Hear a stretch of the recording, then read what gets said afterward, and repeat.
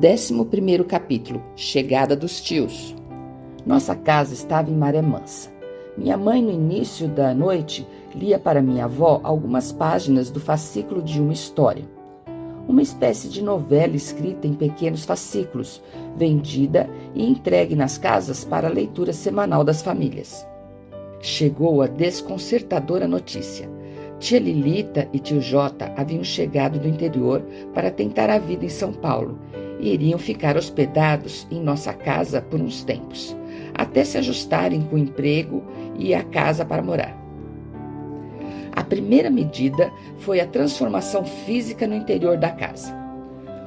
O quarto de nossos pais foi dividido ao meio, com auxílio de guardas-roupas e cobertores velhos. Arrumaram 2 cadeiras e a coisa ficou pronta para receber o distinto casal. Dias depois chegaram os interioranos, mas o meu primeiro encontro foi horas depois da chegada. Já estavam acomodados, os 2 sentados nas cadeiras novas, pareciam ser gente boa. Aproximei e tomei a bênção de ambos, beijando-lhes as mãos, hábito que mantivemos até nossa idade adulta. Tio Jota e tia Lilita.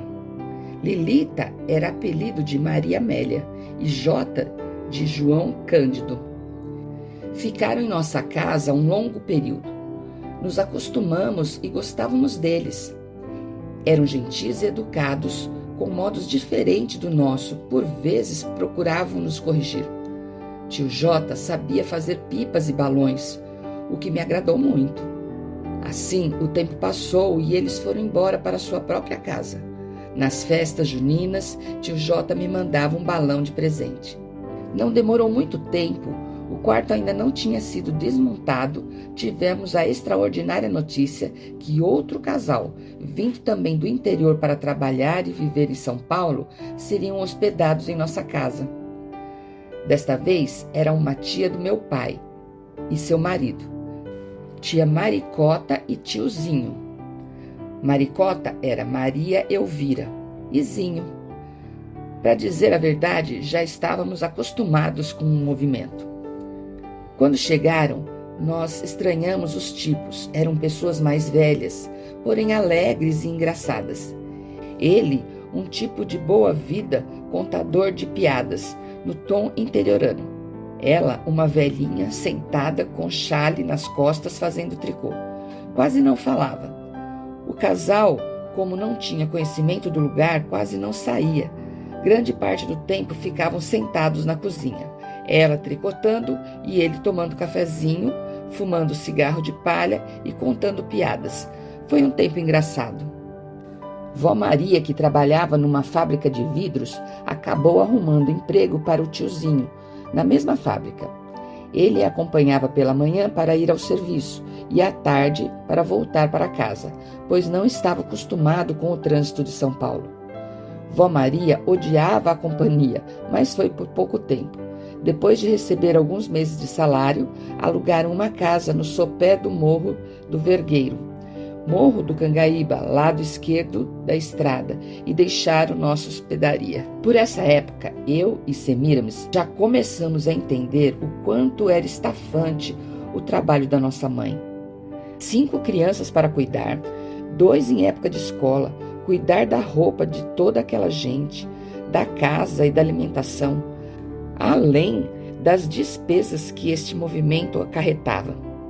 Um dia fizemos um pequeno protesto, que não valeu muito, mas fizemos. Completei os 12 anos de idade. Meu pai ajustou minha carteira e conversou com o dono da fábrica, acertando os detalhes do meu serviço. O dia chegou, meu primeiro dia de trabalho na fábrica de juntas para automóveis. Levantamos ali pelas 5 horas.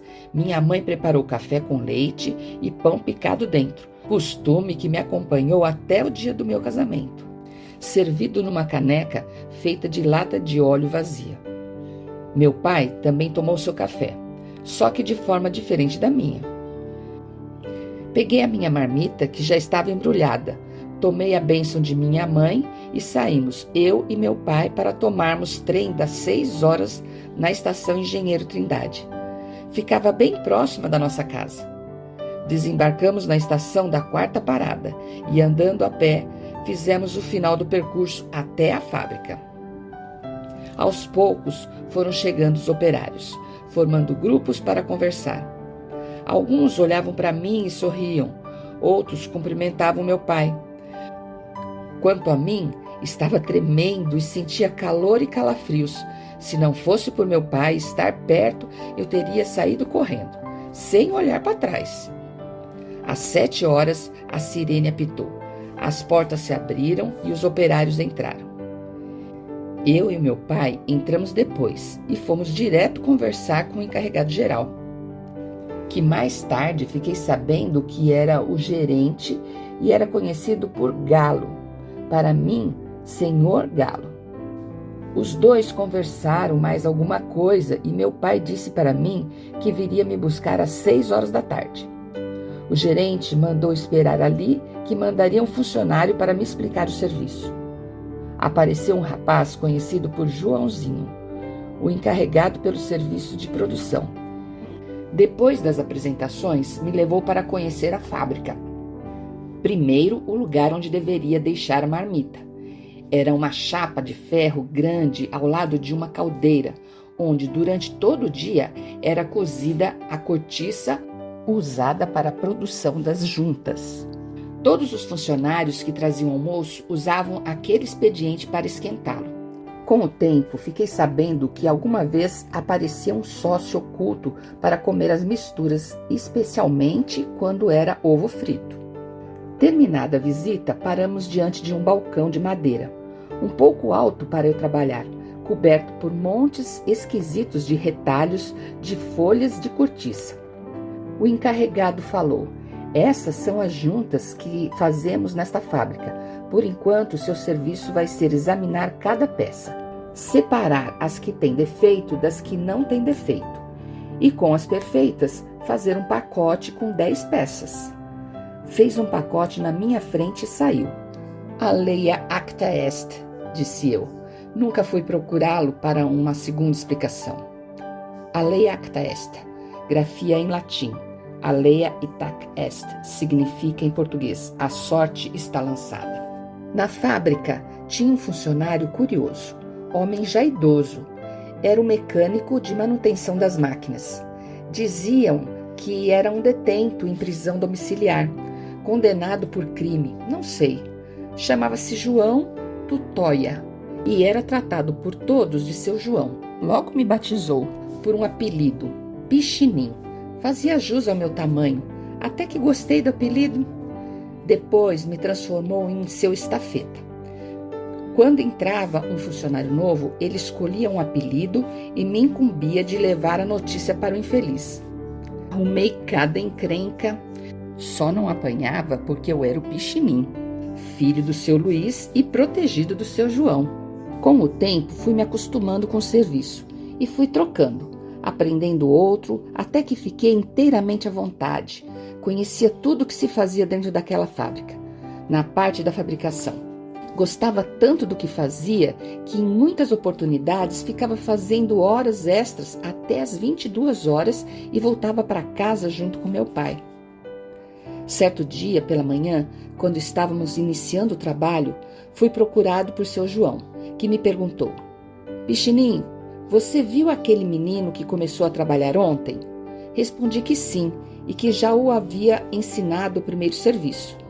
A prova de fogo, passar pó de grafite com querosene em folhas de papelão. Seu João continuou: o apelido dele é Bicudo, mas a triste história é que esse menino não tem família. Está desde ontem sem comer. Não tinha para onde ir e passou a noite dormindo deitado na porta da fábrica. Eu vou dividir meu almoço com ele. Eu dei meu lanchinho da tarde e o meu café. À tarde, quando saí da fábrica, fiquei pela porta aguardando a chegada do meu pai e falei com ele sobre o menino. Ele me pareceu preocupado. Me mandou para casa que iria procurar o rapaz e providenciar alguma coisa. Fiquei tranquilo e fui embora. Somente voltei a ver meu pai no dia seguinte, à tarde, quando ele apareceu na fábrica para me dizer que conversara com minha mãe e, se eu quisesse, poderia levar o menino para nossa casa. Foi exatamente o que eu fiz. O rapaz era uns 5 anos mais velho que eu. Chamava-se Vicente Branco Franco, vulgo Bicudo. Na verdade, seu nariz justificava o apelido. Sofri um pouco para enfiá-lo num bonde lotado, como andavam os bondes naquele horário. Em casa, minha mãe deu jeito na peça. Conversou com ele, deu um jantar e providenciou um meio para dormir. No dia seguinte, lhe preparou uma marmita com o almoço, uma garrafa com café e um lanche para a tarde. Fomos juntos para o trabalho pelo trem da Central do Brasil. O fim da história foi que arrumei mais um hóspede para nossa espremida casa. O Vicente viveu conosco por uns 10 anos. Era um rapaz bom, nunca perdeu o jeito de interiorano, caipira.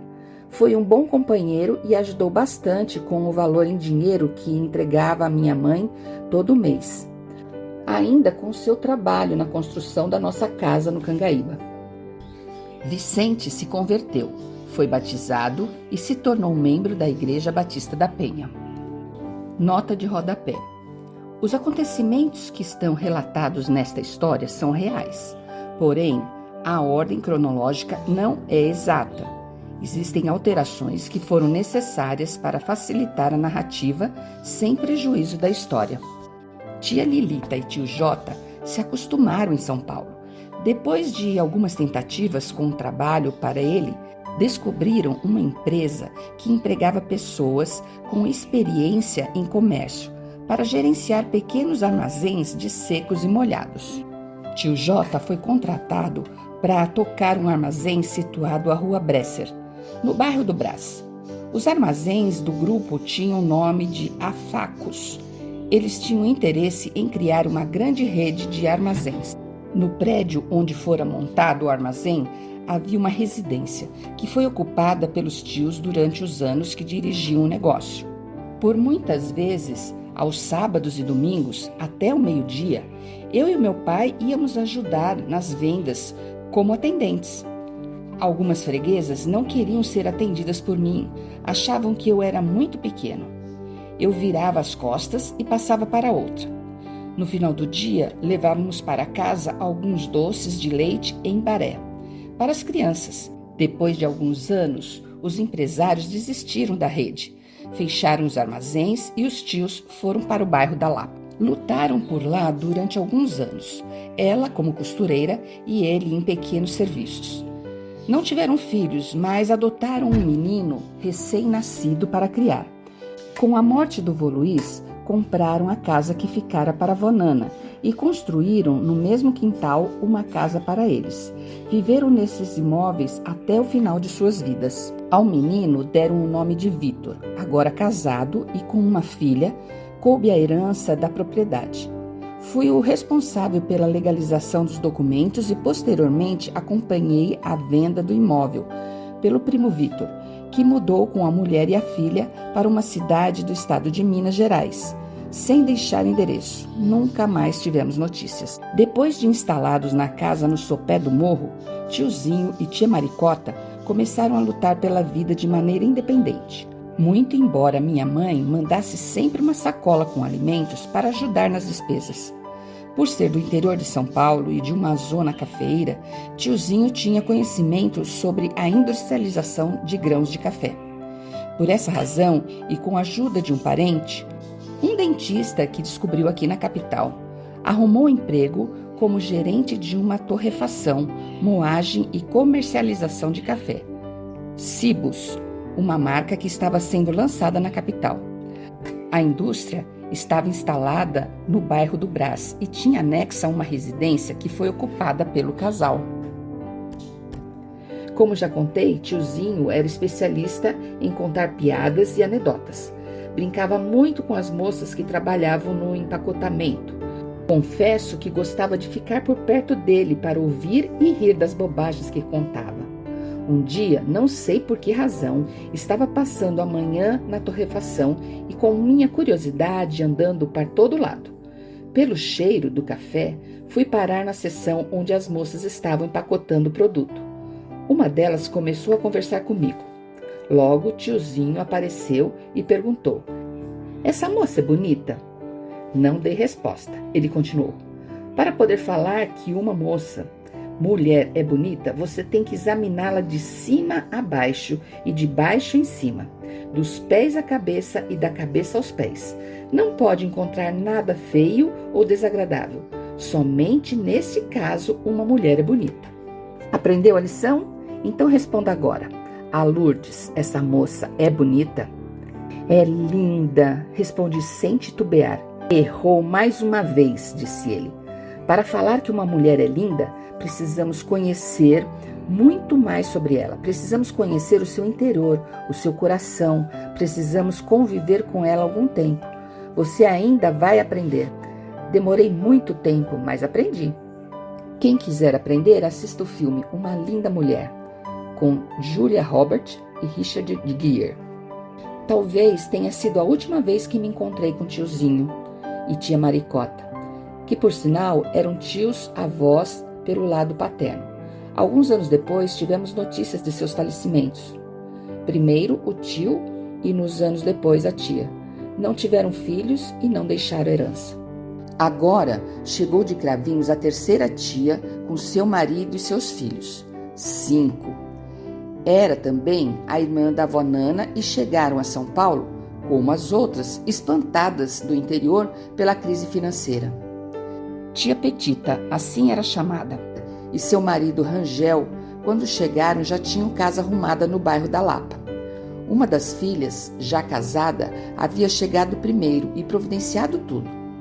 Nunca fomos procurados pelo casal, apenas recebemos algumas visitas dos filhos. Apenas o filho mais velho, Zezé, que acabou ficando nosso freguês. Aparecia na nossa casa todos os domingos pela manhã e somente saía à noite, depois do jantar, levando de gorjeta uns trocados para pagar o bonde na volta para casa. Os tios-avós, faleceram pouco tempo depois. Com o primo Zezé, que sempre nos procurava, mantivemos contato por muitos anos. Nunca casou, vivia sozinho, conseguiu uma aposentadoria e com ela manteve-se independente. Já no final da sua vida me procurou e tive a oportunidade de dar uma pequena ajuda. Cheguei a levá-lo para minha casa, não se acostumou e voltou para o seu cantinho independente. Ali faleceu. Quanto aos demais primos, em segundo grau, nunca mais tivemos notícias. Tivemos uma temporada de descanso. Meu pai associou-se ao Clube Esportivo da Penha, que era um clube de regatas, às margens do rio Tietê. Lá podíamos praticar vários esportes.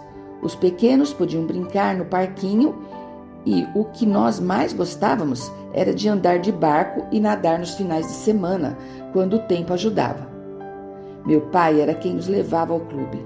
Semíramis, Orlando e eu andávamos à margem da estrada de ferro por 3 quilômetros até o clube. No percurso, aproveitamos para encher uma câmara de ar grande, usada em roda de caminhões, que servia de boia para as brincadeiras na prainha. Quando chegávamos ao clube, depois de colocarmos a roupa de banho, íamos direto para o ancoradouro dos barcos. Era permitido aos associados retirar um barco, movido a remo, conhecido por catraia, para um passeio pelo rio por 30 minutos. A catraia poderia ser usada só pelo remador ou ser conduzida por ele e levar 3 companheiros. Era preciso ter bom braço para remar uma catraia rio acima, principalmente nas enchentes, quando a correnteza das águas era muito forte. Meu pai era bom nisso. Feito o nosso embarque, Semíramis e eu na popa, meu pai ao centro nos remos e Orlando na proa. Seguimos rio acima, na maior felicidade. Já distante do clube, parávamos num ponto favorável da margem para receber um passageiro, o Zezé. Como já tive a oportunidade de contar, Zezé fazia parte da família e acabara de chegar a São Paulo em busca de trabalho e melhor condição de vida. Todos os finais de semana vinha à nossa casa e somente voltava para a sua no domingo à noite. Por ser maior de idade, não podia ser dependente do nosso pai e não tinha condições de ser associado do clube. Porém, ele adorava nadar e brincar com a rapaziada. Assim, o jeito que encontramos foi ele entrar por baixo da cerca, quer dizer, por dentro do rio. No barco, voltava conosco ao clube e quando chegávamos, já com a roupa de banho, pulava para a água e entrava nas brincadeiras junto com a rapaziada. Pergunto, trapaça ou picardia? Orlando, o terceiro filho dos Taveiros, desde menino tinha uma personalidade marcante e um fato ocorrido nesta época deixou marcas inesquecíveis. É a razão que me leva a contá-lo. Certo dia, eu e 2 irmãos estávamos sentados ao redor da mesa para tomarmos café da manhã, quando Orlando, que estava no cadeirão, firmando os pés na mesa, empurrou o cadeirão para trás e caiu de costas no chão, batendo fortemente a nuca. O barulho foi assustador e a consequência desastrosa. Minha mãe, ao ver Orlando deitado no chão, dentro de uma poça de sangue, ficou desesperada. Entrou em pânico, não sabia se corria ou se pegava o menino. Eu e a Semíramis apenas olhávamos a cena sem saber o que fazer. Quando minha mãe, chorando, se ajoelhou para pegar o Orlando, ele abriu os olhos, abraçou minha mãe e começou a falar. Não chore, mamãezinha, isso não foi nada, não está nem doendo. Eu vou ficar bom logo, a senhora vai ver. Não chore mais, mamãezinha, não chore. O Orlando carregou a cicatriz em forma de cruz, devido aos pontos que deram, até o final da sua vida, que foi marcada por ações de amor e de carinho. Foi um filho e um irmão muito querido e amado. Um dia haveremos de encontrá-lo nos céus. Meus pais agora tinham 5 crianças para criar e cabia à minha mãe a parte prática da coisa. Providenciar alimentação, vestuário, educação, escola e, sobretudo, tratamento da saúde, que naquele tempo era bem diferente do que conhecemos hoje. O recurso médico disponível era o posto de saúde e a primeira medida era levar as crianças para receberem a vacina contra a varíola e a febre amarela. Era um horror. A mãe segurava a criança e vinha um funcionário ou enfermeiro com uma pequena ampola de vidro com o remédio. Quebrava a ponta do vidro e raspava a pele do braço na altura do ombro, até rasgá-la e verter um pouco de sangue. No ferimento, assoprando na pequena ampola, depositava o soro da vacina, recomendando que não tocasse no ferimento até que ficasse totalmente seco. Quando o resultado do procedimento era positivo, no local da vacina desenvolvia-se um processo inflamatório que era curado a duras penas, deixando uma enorme cicatriz. A marca dos vacinados. Os tratamentos seguintes eram menos agressivos: purgante de óleo de rícino, vermífugo de erva de Santa Maria. Para tomarmos, minha mãe nos prendia no meio das pernas. Com uma das mãos apertava o nariz e com a outra abria a boca, enquanto os enfermeiros despejavam o líquido goela dentro. Mas não se assustem, era tudo feito com muito carinho. Encerrada a operação, o freguês tinha o direito de chupar meia laranja para tirar o gosto horrível da boca. Como fortificante, tomávamos às refeições uma colher de óleo de fígado de bacalhau. Para finalizar, tínhamos o terrível chá de bico. Tempo bom, hein? Olha que eu não sou masoquista, mas lembro-me com muitas saudades desse tempo.